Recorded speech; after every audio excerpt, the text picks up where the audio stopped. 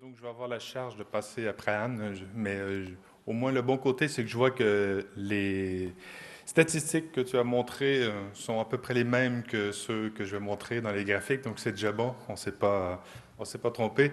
Donc, je vais vous parler en effet de la tarification et de l'enrichissement des données, et justement pour essayer de voir notamment si on peut tenir compte un peu de l'aspect comportemental dont on a parlé au niveau de la consommation, voir de quelle façon on peut essayer d'intégrer cet élément-là dans nos tarifications, ce qui n'est pas très évident. Donc, je vais commencer assez rapidement pour vous faire un bref retour en fait sur les grands principes de tarification qui sont relativement simples. Qu'est-ce qu'on utilise aujourd'hui? Les pistes qu'on a pour enrichir les données, et puis vous montrer sur la base d'une étude qu'on est en train de terminer actuellement, de voir quel est notamment l'impact des niveaux de garantie. Donc, on l'a vu sur la tarification des surcomplémentaires, on voit bien l'impact et on a essayé de mesurer vraiment comment on pouvait prendre en compte ce niveau-là de façon précise dans les tarifications. Donc, quelques principes rapides. Modèle de tarification standard en santé, c'est un modèle fréquence-coût. Donc, on va mesurer vraiment la fréquence, le nombre d'actes, le nombre de consultations moyennes par personne par année. Et on regarde évidemment le coût moyen de chacun de ces actes-là. Donc, on regarde vraiment acte par acte. Les actes, on les tarifie en fonction d'une loi de dépenses que je vais vous montrer tout à l'heure. Vous allez voir la tête que ça a. Et c'est la combinaison de ces éléments-là qui fait le tarif. On regarde des variables supplémentaires, notamment, on voit bien que l'âge et le sexe sont des éléments très déterminants pour la tarification. Donc, c'est des critères qui sont assez standards, qui sont utilisés par pratiquement tout le marché. En plus de ces variables qui sont très standards, on utilise aussi beaucoup la zone géographique, c'est de plus en plus utilisé. Donc, vous avez là devant vous, sur la droite du slide, ce que peut représenter un zonier. Donc, c'est le zonier qu'on utilise aujourd'hui chez Mutré. Donc, vous voyez les zones, on ne voit pas tout à fait le bas, les zones plus foncées, c'est ceux qui sont les plus consommatrices et puis les zones en blanc où il y a le coût moins important au niveau de la santé. En collectif, on utilise aussi pas mal les classes socio-professionnelles. On voit beaucoup sur le marché, notamment aussi des tarifs pour les TNS qui sont spécifiques. Et puis, bien évidemment, les types de contrats sur le collectif et l'individuel, on n'a pas la même tarification. Alors, il marche pas. Alors, sur les données, ça, donc le sexe, l'âge, le zonier, on a la CSP, on a... donc, c'est des éléments qui sont utilisés traditionnellement. On peut se poser la question de quelle façon je peux enrichir ces éléments-là. Donc, aujourd'hui, on a deux sources. On a soit des données internes qu'on a.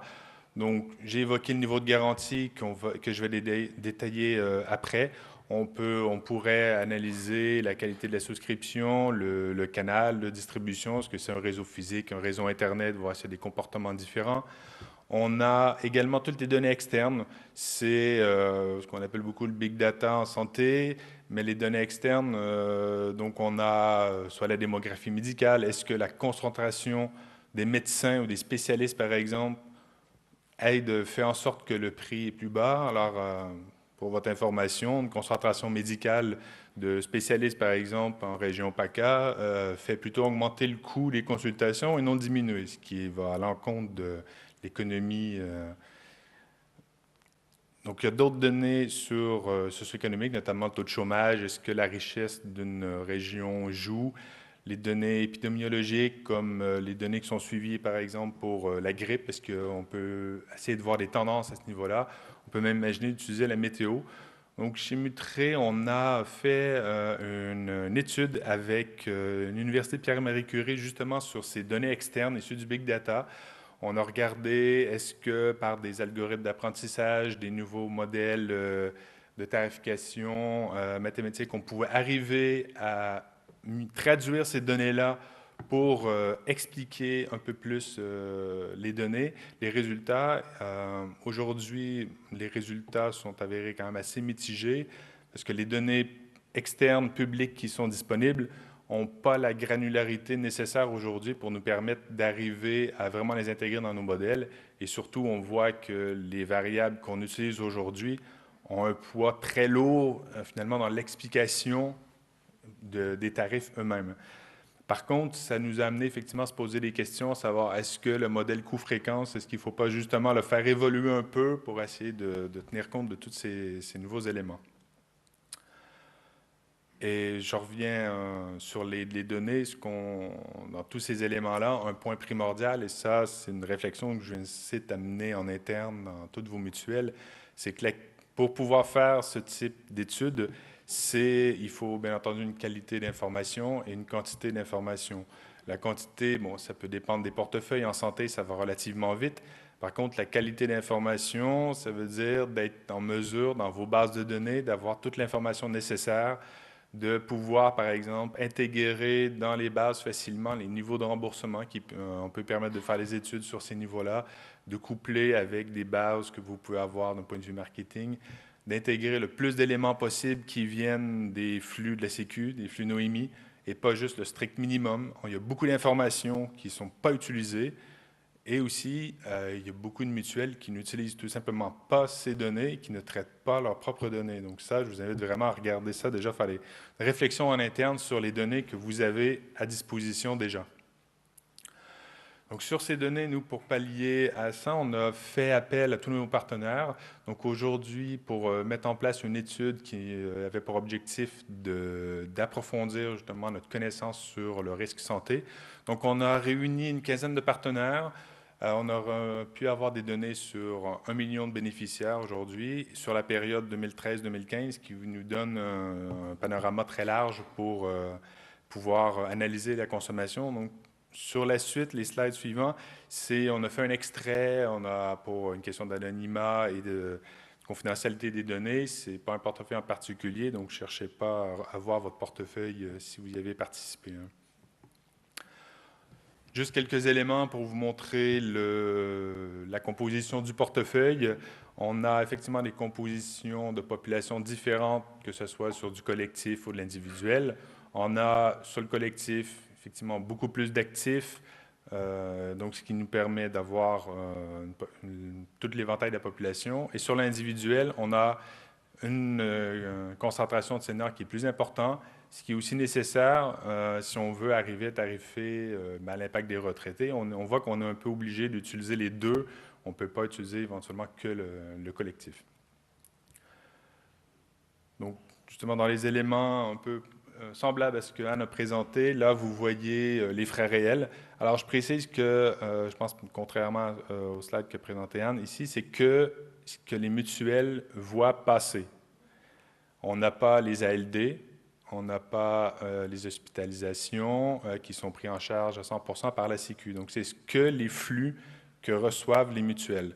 Pour avoir accès aux autres, il faudrait qu'on ait accès au SNIRAM. Alors, un jour, peut-être, on y arrivera. Donc, on voit la différence, en fait, c'est deux courbes, les hommes et les femmes. Les femmes coûtent un peu plus cher sur la partie santé, les hommes sont en pointillés. Vous voyez en bleu le remboursement de la Sécu, toujours avec la même différence homme-femme. Et ce qui peut être surprenant à voir, c'est quand on rajoute le remboursement des complémentaires, on se rend compte que, en gros, jusqu'à à peu près 55 ans, en euros, sur la base, je dis bien c'est exclu les ALD et les hospi, que les mutuelles et les complémentaires remboursent à peu près la même chose en euros.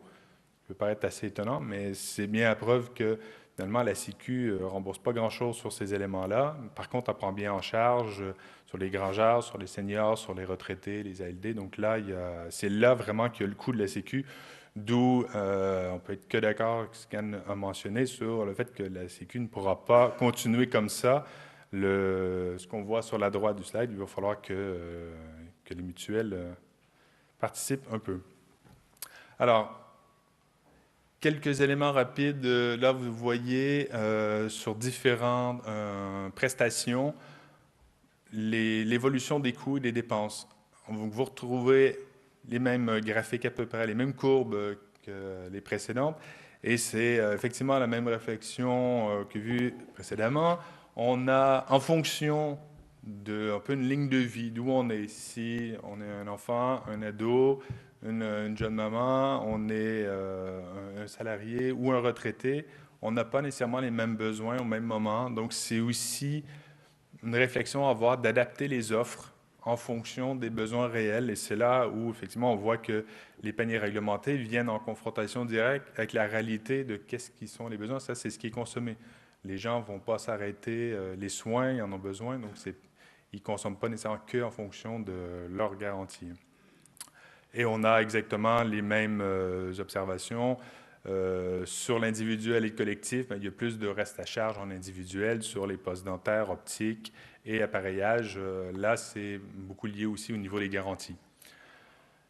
Donc justement, à ce niveau des garanties, on a essayé de déterminer de quelle façon il y avait une influence sur la tarification.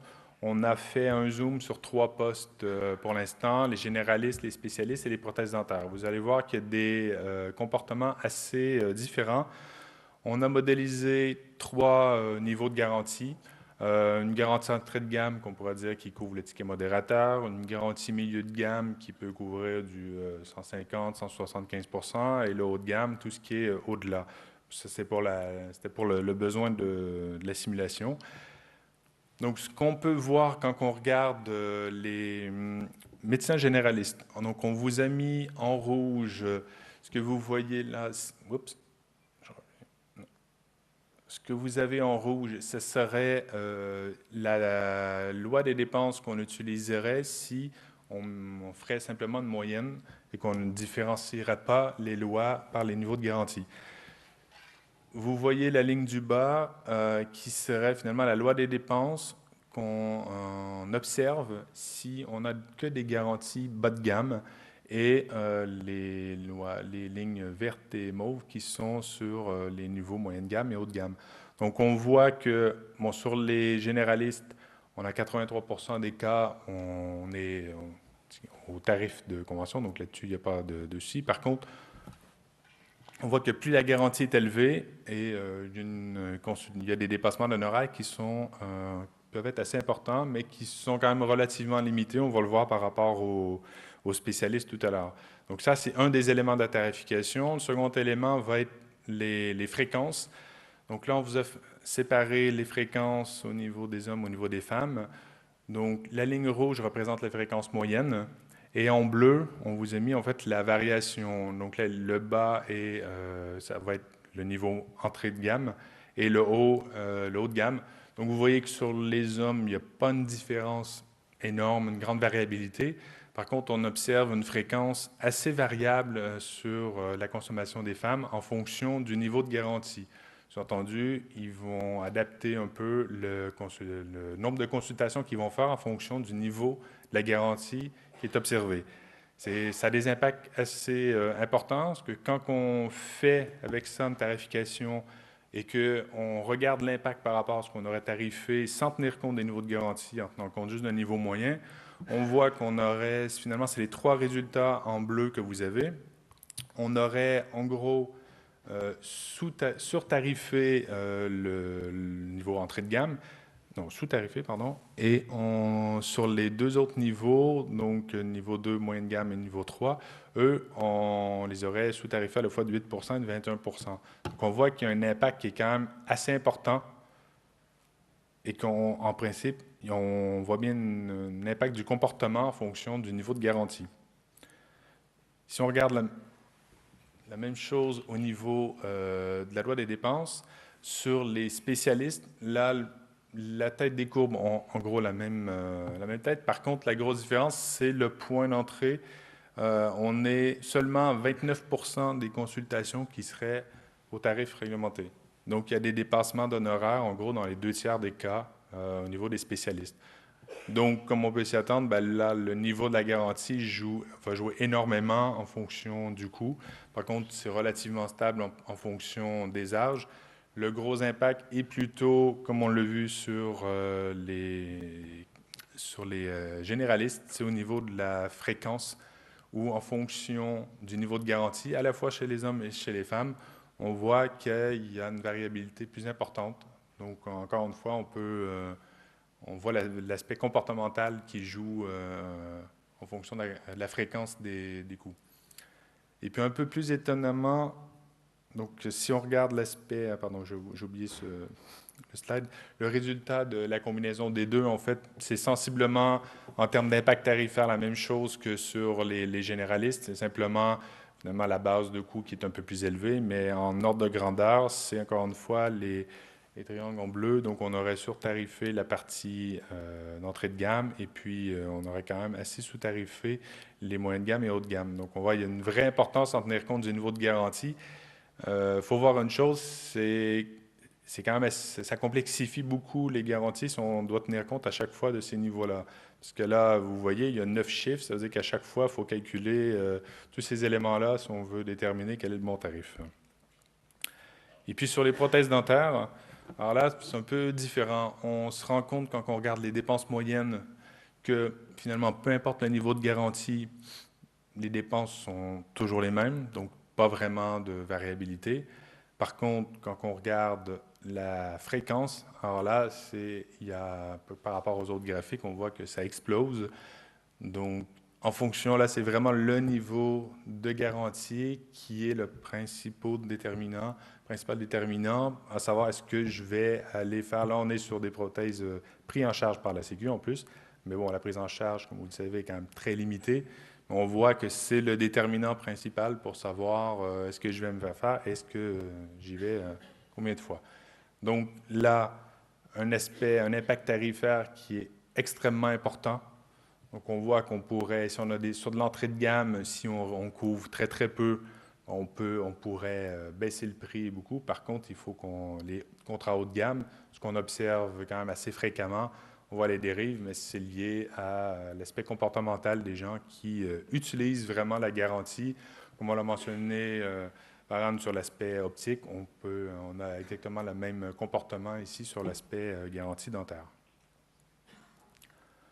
Donc, en conclusion, rapidement, ce qu'on voit, c'est que la prise en compte du comportement via le niveau de garantie apporte une vraie connaissance, une vraie plus-value au niveau de la tarification. Donc, c'est quelque chose qu'on va creuser au niveau de Mutré. Par contre, on a aussi bien vu que ça remettait aussi un peu en cause est-ce que le modèle coût-fréquence est bien toujours le bon. Donc, c'est aussi des pistes qu'on va creuser, mais ça, c'est une piste plus long terme parce que si on ne va pas révolutionner tout comme ça du jour au lendemain. L'open data est une piste. Bon, certes, aujourd'hui, les résultats qu'on a obtenus n'étaient pas probants, ne nous permettaient pas d'améliorer notre connaissance du risque, mais bon, avec tous les objets connectés, avec toute la digitalisation qu'on a aujourd'hui, on va avoir de plus en plus accès à des données qui vont être plus qualifiées. On va avoir, je pense, une qualité et une quantité qui vont s'améliorer. Donc, on devrait pouvoir, dans le futur, utiliser ces éléments-là. La qualité des données, j'y reviens vraiment, c'est quelque chose qui est primordial. Donc ça, je vous invite vraiment à avoir une réflexion en interne là-dessus. Et puis, par contre, ça peut nécessiter, c'est ce qu'on a fait dans le cadre de l'étude, Mutré, une mise en commun des données et des moyens, parce qu'au-delà des données, il faut aussi pouvoir les traiter, il faut pouvoir les interpréter. On arrive vite à des modélisations mathématiques qui sont relativement complexes. Donc, pour celles qui n'ont pas encore participé, je vous invite à le faire. Il n'est pas... Non, il ne veut pas afficher. Bon, j'avais un appel à la participation qui devait s'afficher, mais qui ne perd pas. Mais je vous invite, venez me voir si vous voulez. Il n'est pas trop tard, on a encore un peu de temps à passer sur cette étude. Merci. Merci. Merci.